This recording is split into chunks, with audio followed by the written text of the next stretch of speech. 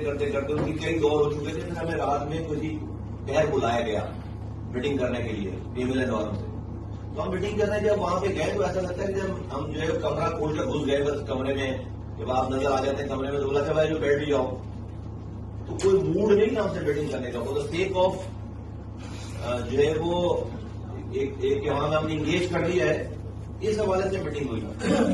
और उस 15 मिनट उस 40-45 मिनट की मीटिंग हुई हमारी। उन्होंने कहा कि आपके बाद अभी दोबारा हमें पीपल्स पार्टी वालों से मिलना है। तो हमने पूछा भाई क्या तय हुआ आपका पीपल्स पार्टी से? उन्होंने कहा सब चीजें कॉन्फिडेंशियल है, हमारे लिखते भाग हुई उनसे।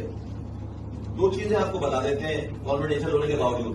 एक वो ये कह रहे हैं कि आपका मैंडेट 100% जाली है, हमारा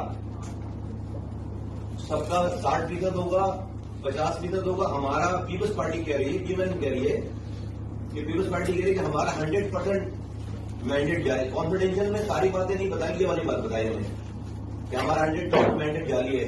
दूसरा ये बताया कि हमारे नंबर पूरे हैं।